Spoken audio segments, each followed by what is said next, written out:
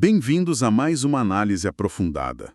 Hoje a gente vai mergulhar numa guerra invisível, aquela que acontece dentro de nós, a luta contra os micróbios.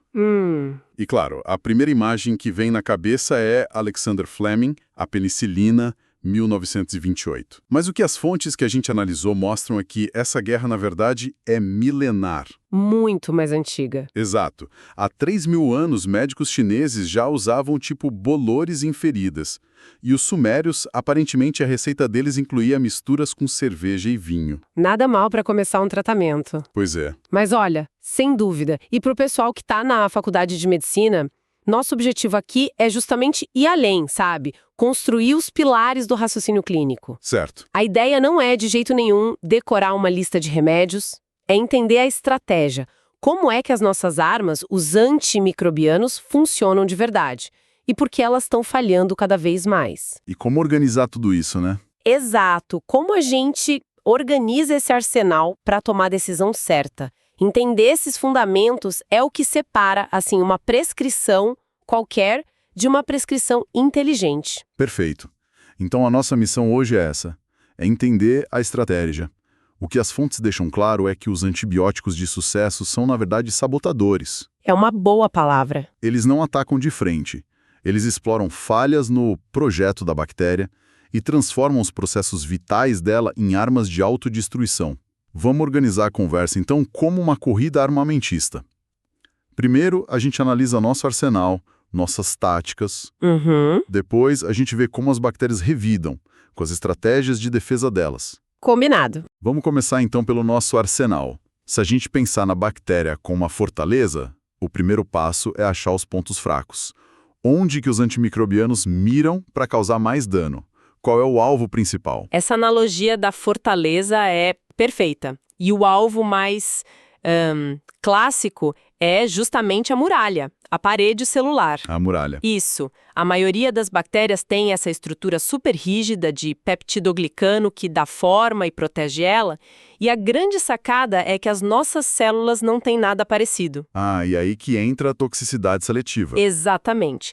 A gente pode bombardear a muralha sem se preocupar em atingir nossos próprios edifícios. E as armas principais contra essa muralha são os beta-lactâmicos, penicilinas, cefalosporinas. Eu lembro das fontes falando de umas proteínas-chave que eles atacam, as PBPs, certo? As proteínas ligadoras de penicilina. Exatamente, as PBPs. Pensar nelas como os operários que constroem e reparam a muralha, tijolo por tijolo. O que os beta-lactâmicos fazem é, basicamente, algemar esses operários. Eles se ligam nas PBPs e o trabalho para. E com os operários parados, a construção para. É simples assim. A muralha só se desfaz. Quase. É aí que a coisa fica mais genial e, um pouco sinistra. O golpe final vem de dentro da própria bactéria. Ela tem umas enzimas, as autolisinas, que são tipo uma equipe de demolição interna. Como assim, demolição interna? Numa bactéria saudável, esses demolidores abrem pequenos buracos na muralha para ela poder crescer e se dividir, enquanto os operários, as PBPs, consertam e expandem. É um equilíbrio. Espera aí, isso parece meio perigoso para a própria bactéria. Tem enzimas suicidas ali prontas. Porque em condições normais elas não são suicidas, elas são parte do crescimento. O problema é quando o antibiótico algema os operários. A equipe de demolição não para, ela continua abrindo buracos. Só que agora não tem ninguém para consertar. Ah, entendi. A estrutura fica cada vez mais fraca, a pressão dentro da bactéria aumenta e, pum! Ela incha e explode. É a lise osmótica. Que incrível! Então o antibiótico não é o assassino direto? Não. Ele é o mandante. Ele engana a bactéria para ela se destruir. Isso é uma reviravolta de filme. Ok, atacar a muralha é um nocaute rápido. Mas e táticas mais sutis? Dá para sabotar a fortaleza por dentro? Com certeza.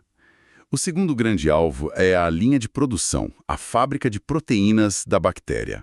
As proteínas são essenciais para tudo, e essa produção acontece nos ribossomos. Que são diferentes dos nossos. De novo, a sorte está do nosso lado. Os ribossomos bacterianos são diferentes E aí entram classes como os aminoglicosídeos, as tetraciclinas, os macrolídeos. Eles são especialistas em paralisar essa linha de montagem. O resultado final é que a bactéria não consegue mais produzir o que precisa para sobreviver.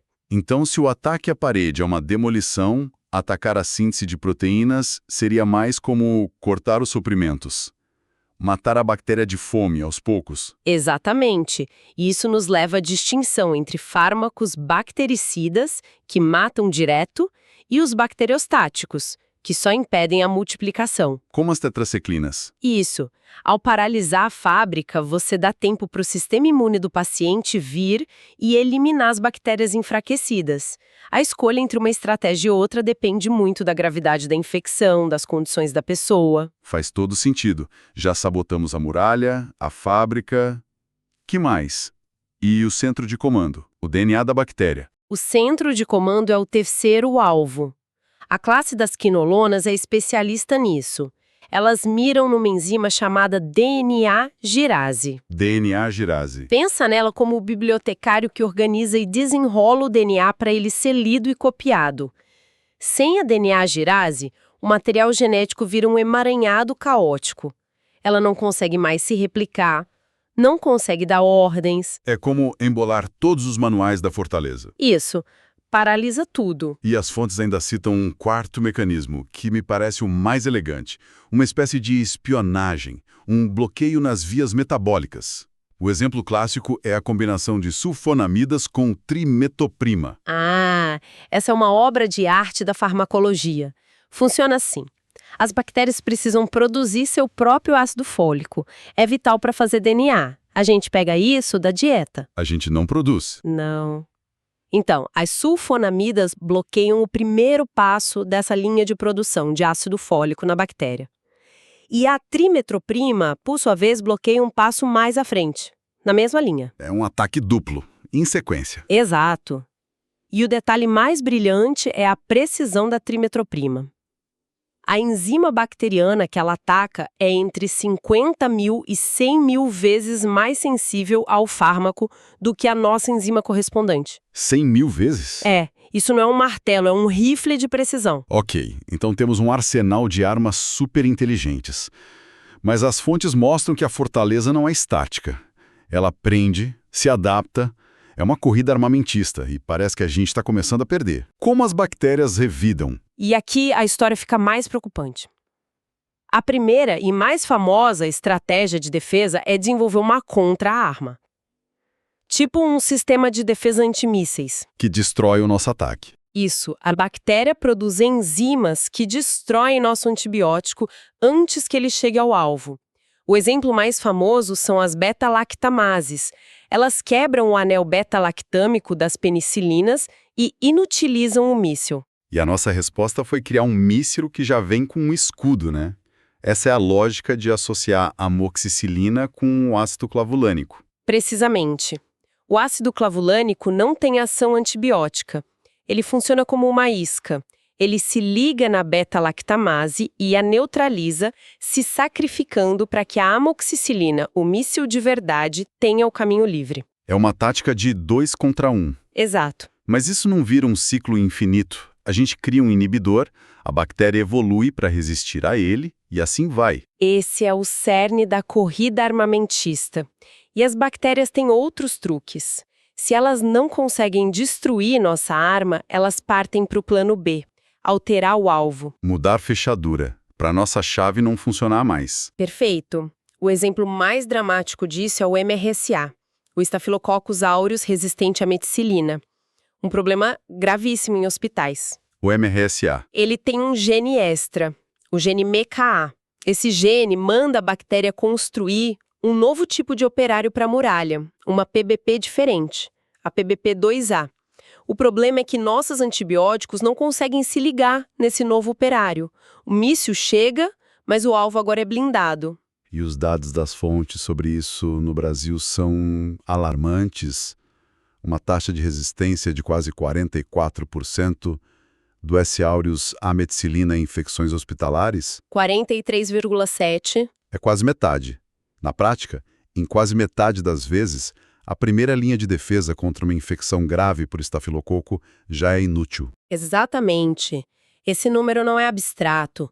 Na prática hospitalar, significa que você pula as armas mais seguras e parte para antibióticos mais potentes, mais tóxicos, mais caros.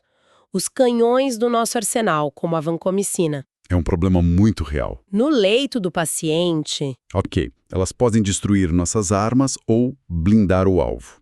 As fontes mencionam uma terceira tática, que parece mais simples. Simplesmente fechar as portas. É a defesa mais bruta, mas muitas vezes eficaz.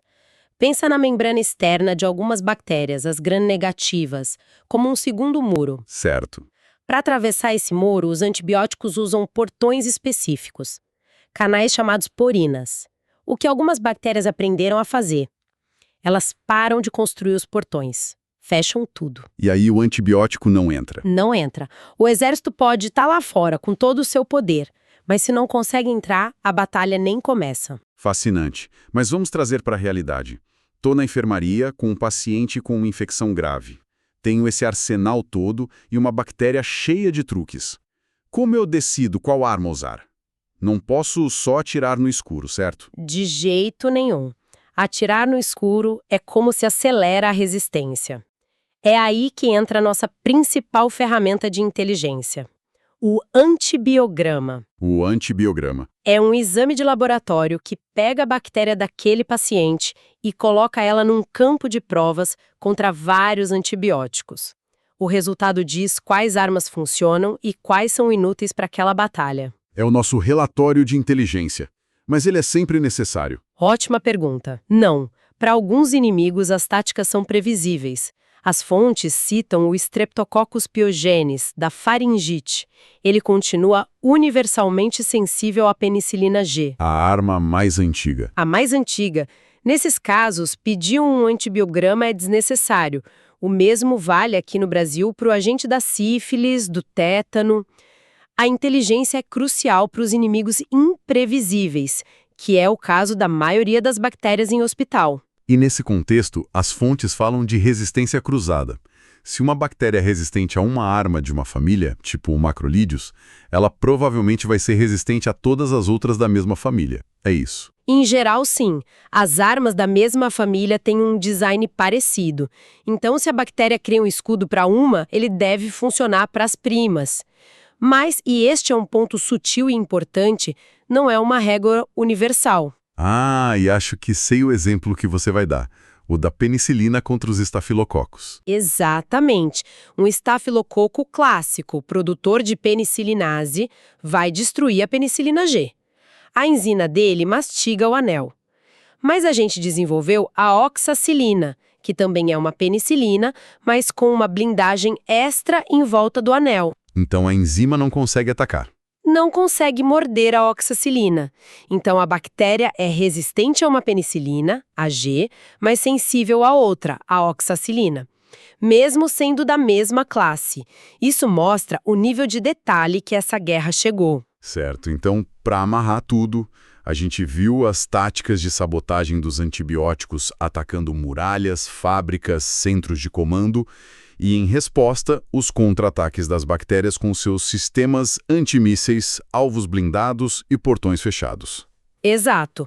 E toda essa corrida nos leva a uma reflexão final, a uma responsabilidade enorme que as fontes chamam de dano colateral ecológico. Parece um termo abstrato. Mas o significado é muito concreto. Vai além do paciente individual, certo? Muito além. Cada vez que um médico prescreve um antibiótico, ele não está só tratando uma pessoa. Ele está exercendo uma pressão seletiva no ecossistema de bactérias daquele paciente, daquele hospital, daquela comunidade. Ele está ensinando as bactérias a se defenderem. Exato! Ele está mudando o campo de batalha para todo mundo. Para sempre. Uma única prescrição tem consequências globais. É um peso enorme para se carregar na caneta. É o maior peso. Por isso, a pergunta provocativa para quem está se formando hoje não é só qual antibiótico mata essa bactéria. A pergunta mais importante é como a minha escolha para este paciente, hoje, afeta a nossa capacidade de salvar o paciente que vai precisar desse mesmo antibiótico amanhã ou daqui a 50 anos. Equilibrar o agora com o futuro. Equilibrar a necessidade imediata do indivíduo com a responsabilidade de longo prazo com a coletividade. Esse é o grande desafio da medicina no século XXI.